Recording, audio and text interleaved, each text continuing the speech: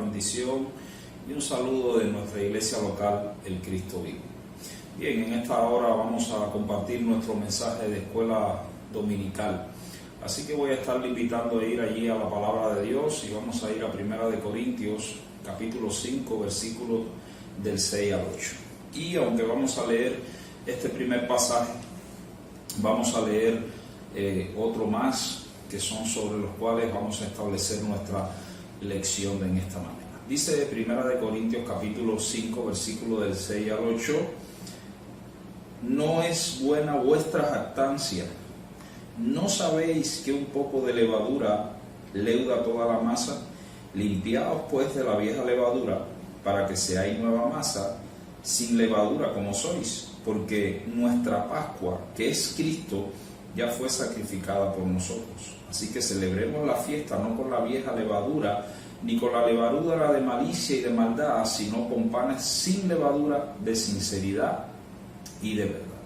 Y Gálatas capítulo 5, versículo del 5 al 9, dice la Escritura: pues nosotros por el Espíritu aguardamos por la fe la esperanza de la justicia, porque en Cristo Jesús ni la circuncisión vale algo, ni la incircuncisión, sino la fe que obra por el amor. Vosotros corríais bien, ¿quién os estorbó para no obedecer a la verdad? Esta persuasión no procede de aquel que os llama. Un poco de levadura leuda toda la masa. Vamos a orar. Padre, gracias por este domingo y por el privilegio que tenemos de reunirnos para compartir tu palabra y adorarte, Señor. Dios, mira toda la situación que estamos viviendo, que esta situación no influya para que nosotros busquemos tu rostro y compartamos tu palabra. Así que ayúdanos ahora, Padre, y prepara nuestra mente y nuestros corazones para andar en vida nueva como tú has dicho que debemos de andar. Gracias, Padre. En el nombre de Jesús, amén y amén. Bien, hoy voy a hablarte bajo el título Levadura 2.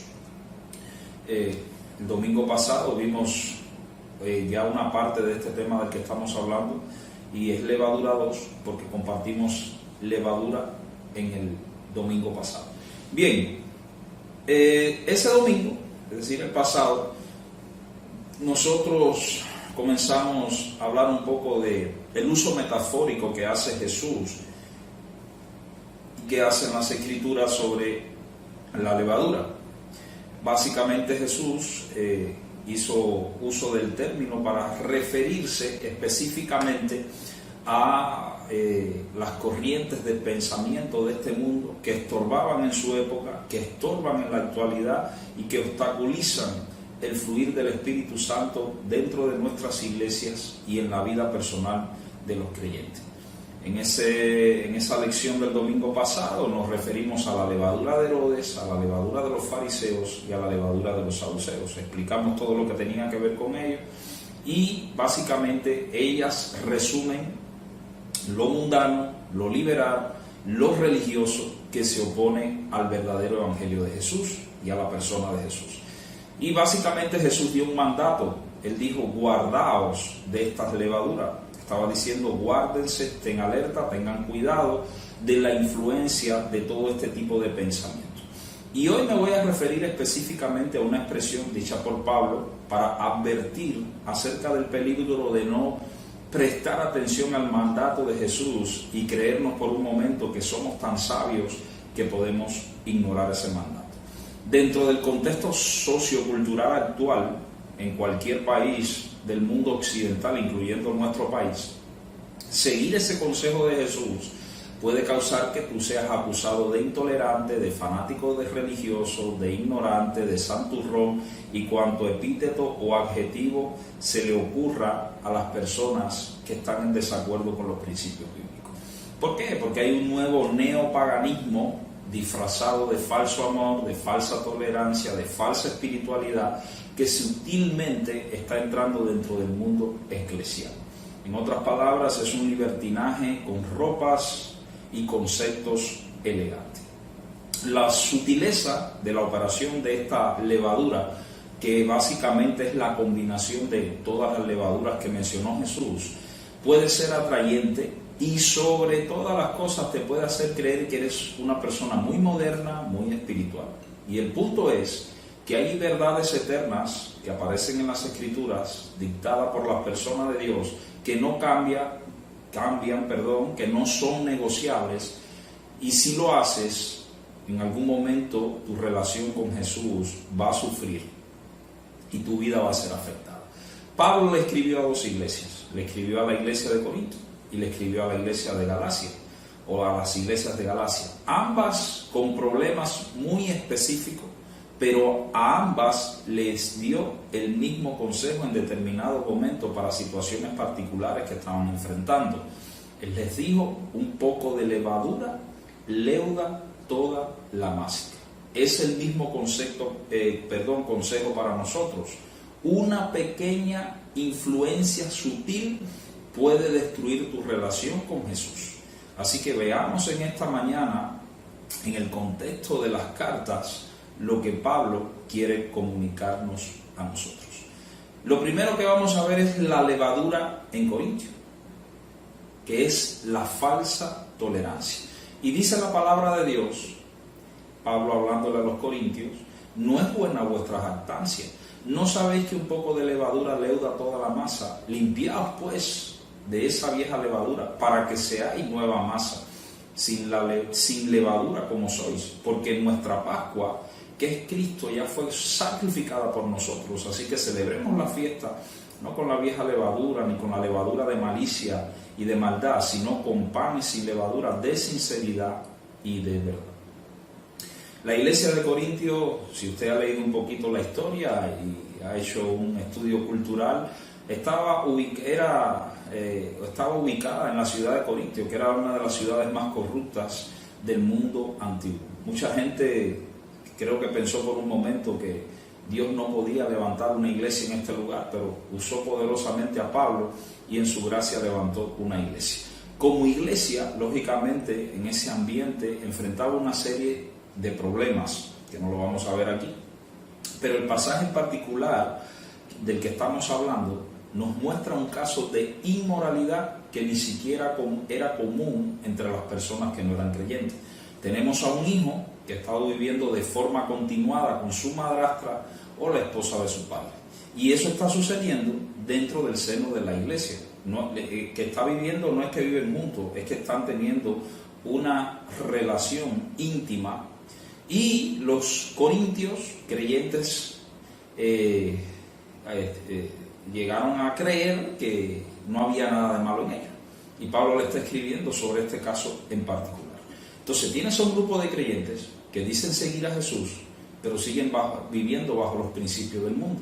Pablo reprende esa conducta y les dice que esa satisfacción personal que ellos sienten, y utiliza el término jactancia ahí, que ellos sienten por permitir eso, es totalmente antibíblico y no representa los valores del Señor. Al contrario, lo que hacen es degradar la palabra de Dios y el mensaje del Evangelio. Ellos estaban tan orgullosos, los corintios, de su espíritu permisivo y de su tolerancia, que para nada veían que esto era incorrecto. Se sentían orgullosos de aceptar y de recibir a cualquiera como cristiano, sin importar la clase de vida que estaba viviendo esta persona o el testimonio que estaba dando. Ellos se regían por un mal concepto de tolerancia. Y es en medio de todo esto donde Pablo le declara: ustedes no saben que un poco de levadura leuda toda la masa.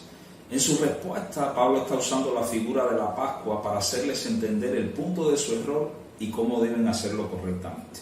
Y hay dos cosas a las que quiero referirme con relación a este asunto de la falsa tolerancia y cómo tenemos que enfrentar estas cosas. En primer lugar, nosotros tenemos que dejar las cosas viejas atrás. El primer mandato que aparece ahí, que Pablo expresa, él dice: limpiaos o límpiense de la vieja levadura para que seáis nueva masa. En otras palabras, está hablando figuradamente, cualquiera lo puede entender. Una persona que dice ser cristiano, nacido de nuevo, no tiene que seguir viviendo como vivía antes. Todo ese estilo de vida de inmoralidad por el cual ellos habían vivido tiene que quedar atrás en determinado momento.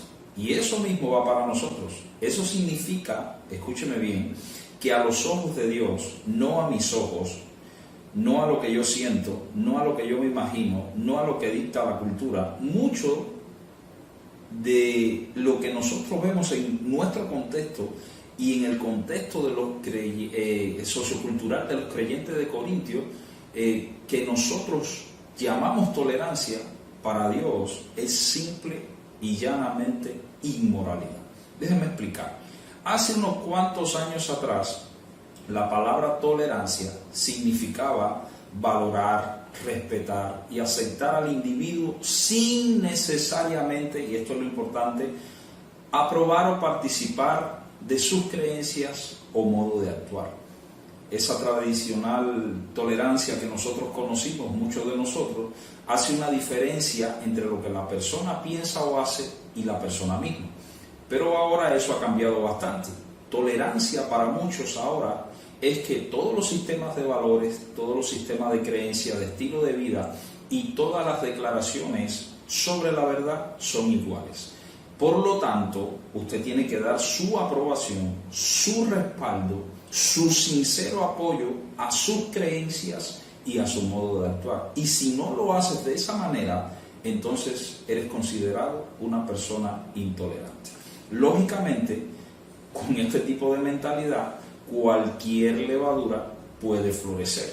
Ahora, puede ser que alguno de los que me veo, que me escucha o lee, se siente un poco incómodo con lo que le estoy diciendo. Pero cuando tú no tienes una guía moral absoluta, ¿quién puede decir que el hombre al que se refiere Pablo estaba haciendo algo malo?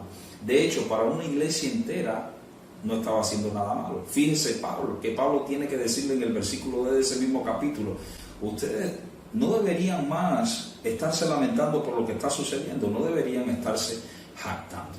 Entonces, ellos tienen que tomar una decisión y nosotros también tenemos que tomar una decisión.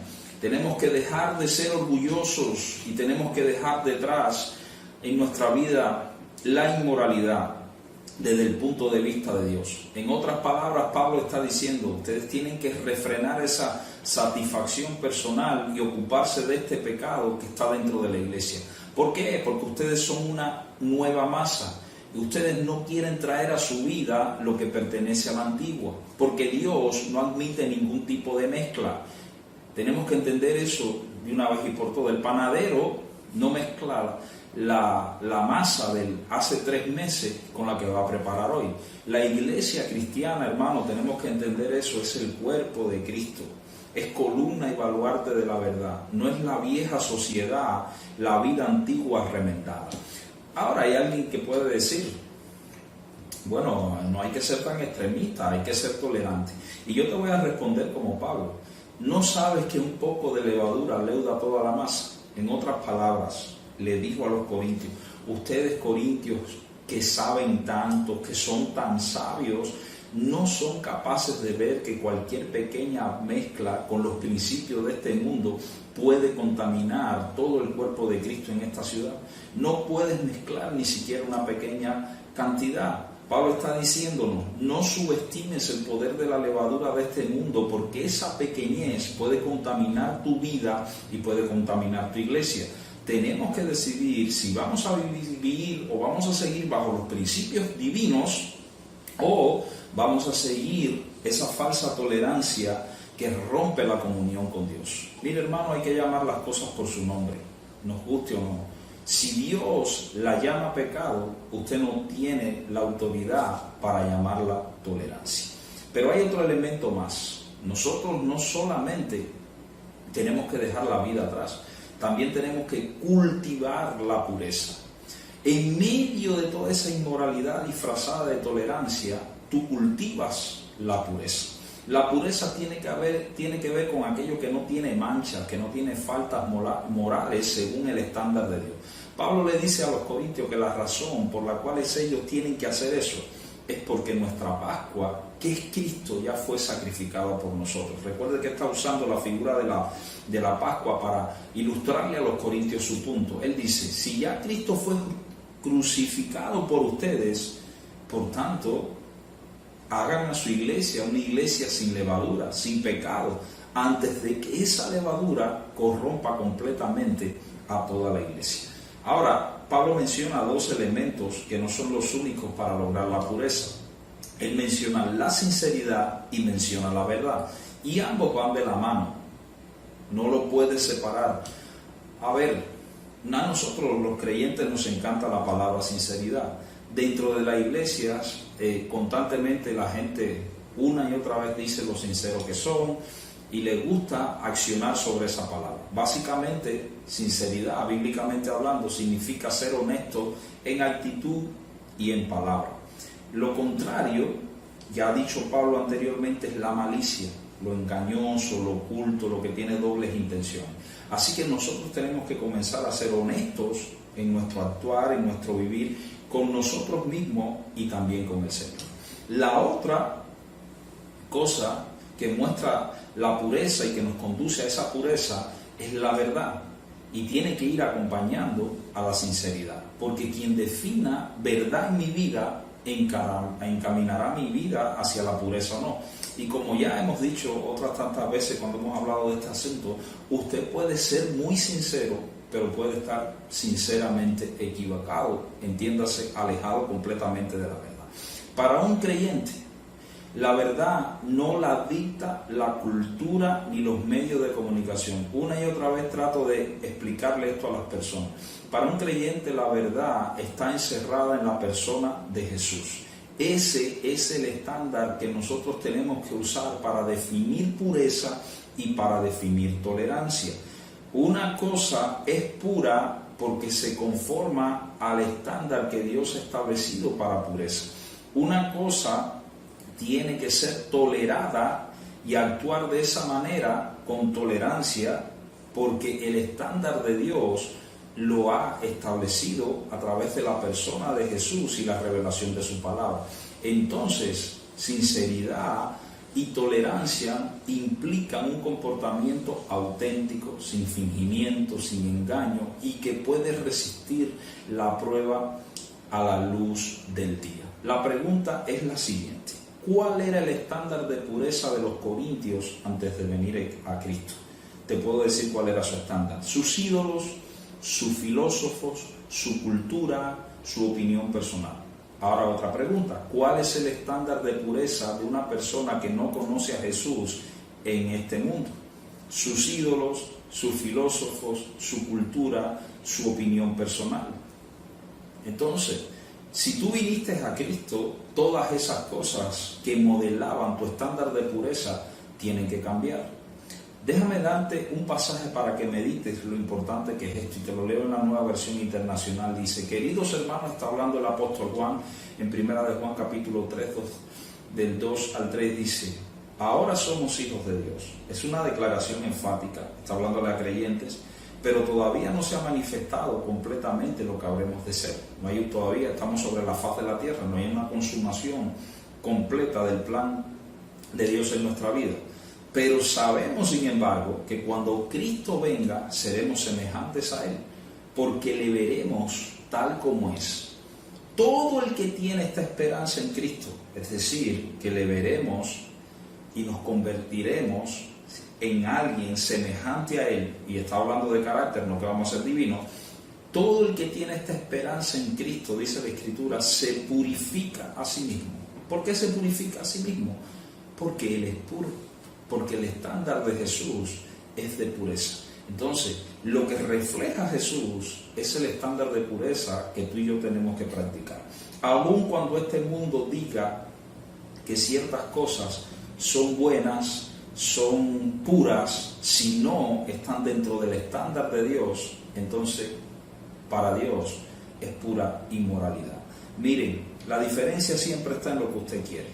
No hay nada más melodioso a los oídos del enemigo que yo diga: lo voy a seguir haciendo así porque quiero, porque yo creo que está bien, aunque sé que la Escritura, la palabra de Dios, no la aprueba.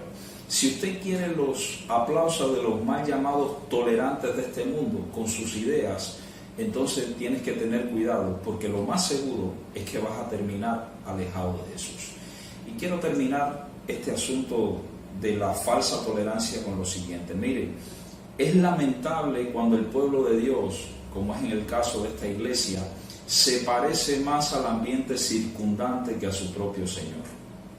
Cristo murió por nosotros, no simplemente para abrirnos la puerta del cielo, sino para transformarnos a su imagen, para que tanto en el orden individual como en el orden corporativo expresemos el carácter de Dios mediante nuestro modo de vivir en un mundo cuyo comportamiento, sí, es de hermosa apariencia en muchos sentidos, pero que carece de la pureza y de la verdad del Evangelio, que es en definitiva lo que realmente importa delante de Dios.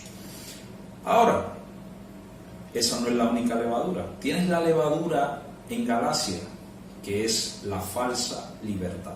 Y escribe el mismo apóstol Pablo y dice, pues nosotros por el Espíritu aguardamos por la fe la esperanza de la justicia.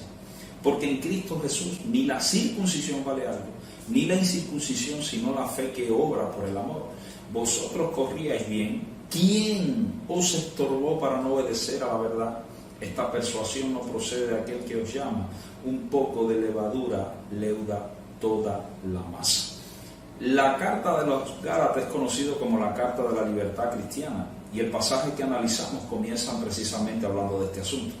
Y hay dos cosas que en este pasaje Pablo le expresa a los Gálatas. En primer lugar, nosotros podemos perder nuestra libertad de la esclavitud al temor, porque al principio, ahí cuando comienza el capítulo 5, Pablo, hay una exhortación a mantenerse firme en la libertad que ya tenemos. Entonces, podemos perder nuestra libertad de la esclavitud del temor si no entendemos que no estamos bajo condenación, porque Cristo nos libertó. Eso es lo primero que tenemos que saber.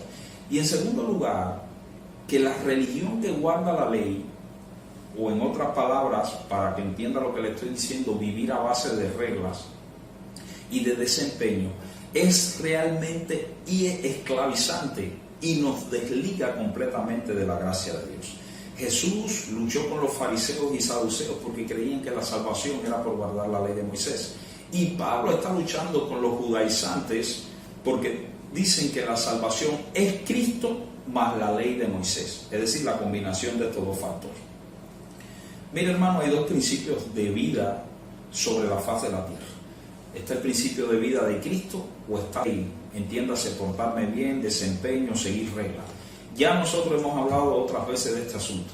Si piensas que la vida cristiana es un simple código moral y no una relación vivificante con Cristo por el Espíritu, entonces déjame decirte que tú vas a experimentar la ansiedad, la culpa, la vida atribulada que conociste cuando no eras inconverso. Aun cuando vengas a la iglesia y digas haber recibido a Cristo como Señor y Salvador de tu vida, nunca vas a estar seguro de ser lo suficientemente bueno.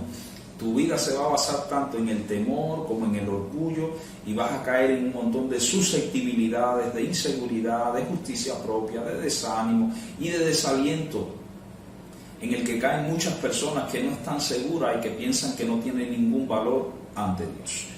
Cristo es la persona central del plan de salvación, y todo depende de nuestra relación con esa persona y del lugar que le demos a Cristo en nuestra vida. Entonces, como usted ve, cuando Pablo habla de esto, está hablando de la levadura de los fariseos, pero potenciada.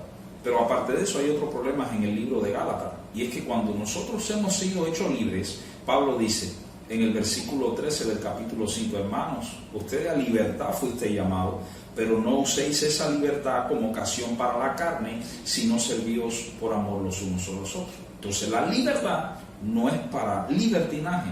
Si el moralismo muerto es malo, la libertad sin responsabilidad también lo es. No vamos a ver todo lo que dice este pasaje, pero voy a referirme a dos asuntos relacionados con la libertad cristiana. En primer lugar, no le añadas nada a Jesús. Una de las tendencias actuales dentro de la cultura nuestra, incluso dentro de personas que vienen a la iglesia, es de añadir otro tipo de creencias a Jesús. Cuando las personas toman las cosas buenas de sus otras religiones, de su filosofía, de sus antiguas ideologías, y la añaden a Jesús, ellos piensan que no hay nada malo y que de hecho Dios se va a sentir complacido porque estamos mostrando amor y una mente abierta, que es lo que piensa mucha gente. Y sobre todo, estamos mandando y lanzando un mensaje de libertad donde no decimos que no hay nada malo en mezclar el evangelio con otras cosas para hacerlo atrayente a aquellos que no conocen a Jesús. Entonces, los Gálatas tenían este pequeño problemita. Un grupo de personas les dijo que la salvación, la justificación y todos los beneficios del evangelio solo se harían realidad si ellos se circuncidaban y se convertían en buenos seguidores de la ley aparte de Jesús. Y Pablo fue radical en cuanto a esto y les dijo: en nada te beneficia añadir cosas a Jesús. Por eso es que él dice: ni la circuncisión vale nada y tampoco la incircuncisión. La religión o la falta de ella no te beneficia en Cristo Jesús. Ninguna creencia antigua tuya y de este mundo tiene valor para tu relación con Cristo Jesús. Ni siquiera las buenas obras valen si no son una expresión de la fe y del amor de Dios. Pablo dice que la vida cristiana se trata de fe que se demuestra a través de un servicio amoroso. Si tú añades cosas a Jesús, escúchame lo que te digo, estás diciendo que Cristo no es suficiente. Comienzas a contaminar el mensaje del evangelio en tu vida y le das la impresión a otra gente de que tienen una oportunidad de relacionarse con Dios a través de sus propios esfuerzos y creencias. En otras palabras, te engañas a ti mismo y engañas a otras personas. Déjame darte algunas palabras de Jesús con relación a tener en un pedestal creencias que no tienen que ver absolutamente nada con él. Se lo dijo a los fariseos y él le dijo en Lucas capítulo 16 versículo 15 lo siguiente: vosotros sois lo que os justificáis a vosotros mismos delante de los hombres, mas Dios conoce vuestros corazones. Y aquí viene la parte que yo quiero que usted entienda, la parte que nos hace sentir mal, que nos redarguye. Y él dice: porque lo que los hombres tienen por sublime, por maravilloso, por importante, por lo prioritario de la vida, por lo más grande, delante de Dios es pura abominación. Entonces no puedes añadir algo que tú crees que es bueno a Jesús porque no lo es según el estándar de Cristo. Ahora hay otro elemento más. Usted tiene que verificar de quién está escuchando en estos tiempos. ¿Cuál es el mensaje que escucha y de quién lo está escuchando? La llegada de las redes sociales ha facilitado, hermanos, que tengamos acceso a miles de posibilidades de escuchar el evangelio más allá de lo que recibimos en nuestra iglesia local. Disfrutamos de esa libertad. Ahora la pregunta es la siguiente: ¿qué estamos escuchando y de quién? Tristemente, la tendencia de muchos dentro de nuestras iglesias es el deseo de escuchar un mensaje que resuelva sus problemas rápidamente con el mínimo de dolor. Un evangelio emocional completamente, de prosperidad instantánea, de decláralo y recíbelo sin la aplicación de los principios bíblicos y con el mínimo de compromiso. Y yo entiendo que siempre es un mensaje atrayente, sobre todo para nuestra carnalidad. ¿A quién usted escucha? Ese es el que le va a conducir en su vida. Pablo le dijo a los Gálatas, les dijo: ¿quién es el que ha inventado este evangelio? ¿Quién les ha fascinado? ¿Quién les está estorbando en el andar cristiano? Si ellos estaban haciendo las cosas bien, porque Pablo le dice: si ustedes corrían bien, ¿cómo es posible que ustedes se estén involucrando con un mensaje que, lejos de liberarle, les esclavice? Vale la pena decir que usted no escucha mensajes solamente del ambiente cristiano, sino también del mundo secular, que ya es mucho decir. Si a su vida está llegando un mensaje, entiéndase, de origen cristiano secular, que no glorifica a Cristo, que te hace cuestionar la verdad de Dios constantemente, que ensalza creencias de este mundo, que pone principios humanistas en prioridad, que alaba tu justicia propia, que degrada la santidad que Dios demanda, que te conduce a una falsa libertad, que te aleja de tu iglesia local, entonces, mi amado hermano, el que te está persuadiendo no es Dios. Ese no es un mensaje que viene de Dios, aun cuando la persona que lo esté transmitiendo menciona el nombre de Dios 70 millones de veces en lo que está diciendo. Ahora alguien puede decir, pero pastor, yo tomo solo aquello que es verdad de lo que escucho. Y yo te voy a responder como respondió Pablo: un poco de levadura leuda toda la masa.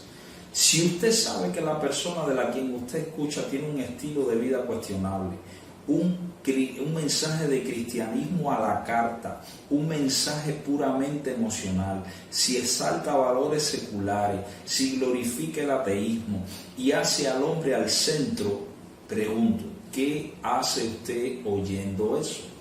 Es una pregunta, respóndesela usted. Las falsas creencias tienen un poder contaminante. En la congregación de los santos se dan fuertes vínculos de relación, se transmite su espíritu de persona a persona, sea a través de comentarios, de actitudes, de acciones. Entonces, el llamado es el siguiente: escuche cosas que le van a edificar y que no van a ser un estorbo en su andar cristiano. Oír a cualquiera, escúcheme bien, y creer lo que dice no es libertad, es necedad, y de paso también es libertinaje. Entonces, hermano, para terminar este punto, el Evangelio ni nos lleva a vivir una vida culpable, ya que Dios nos ha aceptado amorosamente, ni tampoco nos lleva a vivir una vida impía, ya que el Dios que nos ha aceptado perfectamente es un Dios santo. Olvidar lo primero es perder nuestra libertad.